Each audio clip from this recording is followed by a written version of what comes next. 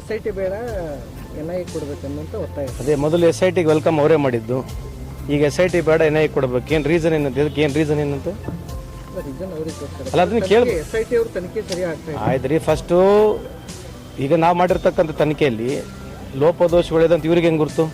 ಇನ್ನು SIT ತನಿಖೆನೇ ಮುಗ್ದಿಲ್ಲಲ್ಲ, SIT ತನಿಖೆನೇ ಮುಗ್ದಿಲ್ಲ, ಸಂಪೂರ್ಣ ವರದಿನೇ ಬಂದಿಲ್ಲ. ಇವ್ರು ಅದಕ್ಕಿಂತ ಮುಂಚೆ ಹೇಳ್ಬಿಡ್ತಾರಾ ಇವ್ರಿಗೆ ಎಲ್ಲಿಂದ ಮಾಹಿತಿ ಇದೆ ಅಂತ? ಸರಿಯಾಗಿಲ್ಲ ಅಂತೇಳಿ, ಸರಿಯಾಗಿಲ್ಲ ಅಂತ ಇವ್ರ ಹತ್ರ ಮಾಹಿತಿ ಇದ್ರೆ ಕೊಡಬೇಕಲ್ಲ ಸರ್ಕಾರಕ್ಕೆ, ಅಥವಾ ಬಹಿರಂಗ ಪಡಿಸ್ಬೇಕಲ್ಲ. ಸರಿಯಾಗಿಲ್ಲ ಅಂದ್ರೆ ಏನರ್ಥ? ಇವ್ರ ಹತ್ರ ಸಪ್ರೇಟ್ ಮಾಹಿತಿ ಇದೆ ಅಂತ JDSನವ್ರಿಗೆ BJP ಅವರಿಗೆ? ಸುಮ್ಮನೆ ಏನೋ ಈಗ ನಡಿಬೇಕಲ್ಲ. ಮತ್ತು ಈಗ ಏನು ನಡೀಲ್ಲ ಅನ್ನೋಂಗೆ ಏನೋ ಒಂದು ಕಾಂಟ್ರವರ್ಸಿ ಬೇಕು ಅವರಿಗೆ, ಮತ್ತು ಇದೇ ಕಾಂಟ್ರವರ್ಸಿ. ಈಗ ವೋಟರ್ ಲಿಸ್ಟ್ ವಿರುದ್ಧ ಮಾಡೋದು ಬೇಡ ಅಂತ ಸ್ಟ್ರೈಕು JDSನವ್ರಿಗೆ BJP ಅವರಿಗೆ? ವೋಟರ್ ಲಿಸ್ಟ್ ಇಶ್ಯೂ ಅಲ್ಲ ಈ ದೇಶದಲ್ಲಿ. ಒಂದೇ ಮನೆಗೆ 1000 ಓಟ್ ಇದಾವೆ ಬಿಹಾರ್ನಲ್ಲಿ, 10/10 ಮನೆಯಲ್ಲಿ 1000 ಓಟ್ ಇದಾವೆ. ಇದು ಏನು ಮಾಡ್ಬೇಕಂತಿದ್ದು?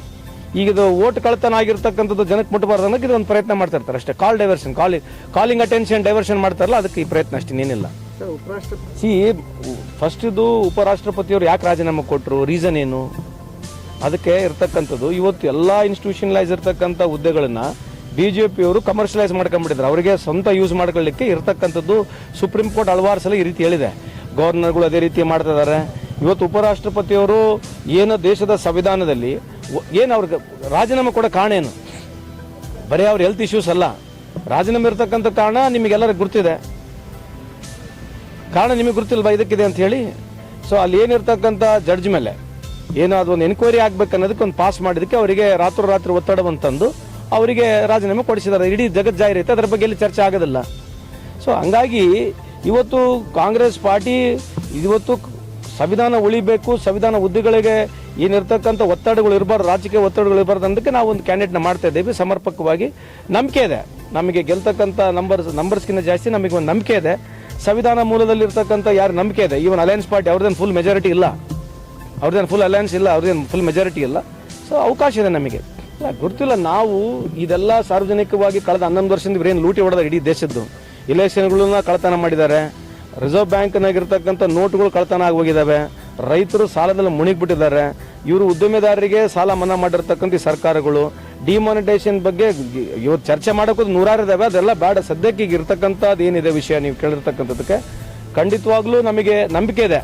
ಏನೋ ಚಂದ್ರಬಾಬು ನಾಯ್ಡು ಅವರಾಗಿರಲಿ ಅಥವಾ ನಮ್ಮ ನಿತೀಶ್ ಕುಮಾರ್ ಅವರು ನಮಗೆ ಚಾನ್ಸಸ್ ಇದೆ ಅಂತ ಹೇಳಿ ಆ ಉದ್ದೇಶದಿಂದ ನಾವು ಇವತ್ತು ನಮ್ಮ ಪಾರ್ಟಿಯವರು ಇಂಡಿಯಾ ಅಲಯನ್ಸ್ನವರು ಒಂದು ಸಮರ್ಪಕವಾದಂಥ ಕ್ಯಾಂಡಿಡೇಟ್ನ ನಾಮಿನೇಟ್ ಮಾಡ್ತಾ ಇದ್ದಾರೆ. ಅಲ್ಲ ನಾವು ಭಾಷಣ ಮಾಡಿವಲ್ರಿ, ನೀವು ಟೆಲಿಪ್ರಾಂಪ್ಟರ್ ಯೂಸ್ ಮಾಡ್ತಾರಲ್ಲ, ಟೆಲಿಪ್ರಾಂಪ್ಟರ್ ಬೆಟ್ರಾ ಭಾಷಣ ಬೆಟ್ರಾ? ಆಮೇಲೆ ಇವ್ರು ಬಿಹಾರ್ನ ಏನು ಭಾಷಣ ಮಾಡಿದಾರಂತೆ ಇಲ್ಲಿವರೆಗೆ? ಸಿಂಧೂರು ಖೂನು ಹೋಗ್ಬಿಡ್ತಾ. ಈಗ ಸಿಂಧೂರು ಖೂನು ಹೋಯ್ತು, ಈಗೇನು ಬೇರೆ ಡೈಲಾಗ್ಗಳೇನು? ಯಾರು ಅಗಲಾಗಲ ಪಾಕಿಸ್ತಾನ ವಿರುದ್ಧ ಚೈನಾ ಮಾಲ್ ತಗೋಬೇಡ್ರಿ ಅಂತ ಹೇಳ್ತಾ ಇದ್ರು.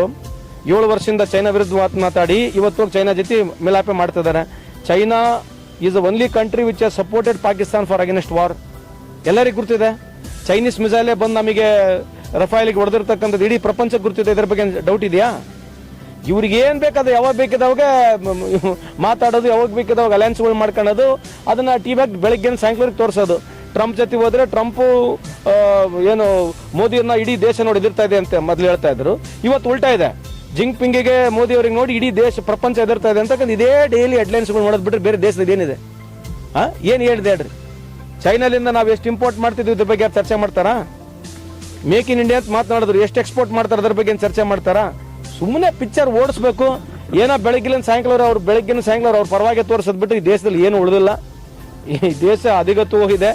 ದೇಶ ಗಾಳಿ ನೀವು ಮುಂದೆ ಬರಲಿ, ಯಾರನ್ನ ಒಂದು ಸಮರ್ಪಕವಾಗಿ ಚರ್ಚೆ ಮಾಡಂಗಿದ್ರೆ ಮೀಡಿಯಾದವ್ರಿಗೆ ಕೊಡ್ಲಿ ಒಂದು ಅವಕಾಶ. ದಯಮಾಡಿ BJPಯ ಮುಖಂಡರಲ್ಲಿ ಮನವಿ ಮಾಡ್ಕೊಳ್ಳೋದು, ನೀವು ಮೀಡಿಯಾದವ್ರಿಗೆ ಒಂದು ತಿಂಗಳ ಫ್ರೀ ಬಿಡ್ರಿ, ನಿಮ್ಮ ಬಯಲು ಬಣ್ಣ ಇಡೀ ದೇಶಕ್ಕೆ ಗೊತ್ತಾಗುತ್ತೆ.